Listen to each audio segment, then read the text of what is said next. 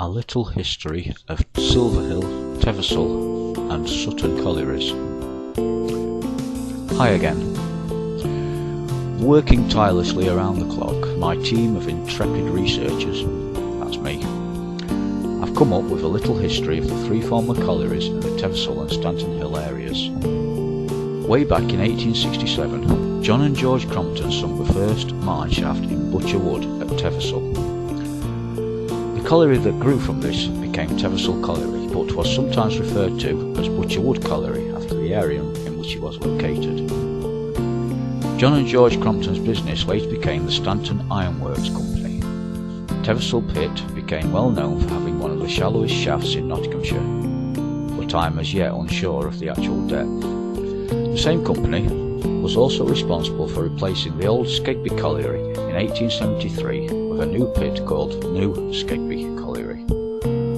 Later renamed Sutton Colliery and locally known as Brierley Pit, probably named after the influx of new workers that came from the Brierley Hill area of Staffordshire to work in the new mine.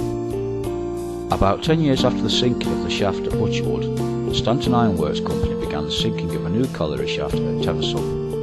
Some references state the year as 1875, whilst others state 1878, so I'm actually unsure of the correct year. Either way, this was to become Silver Hill Colliery.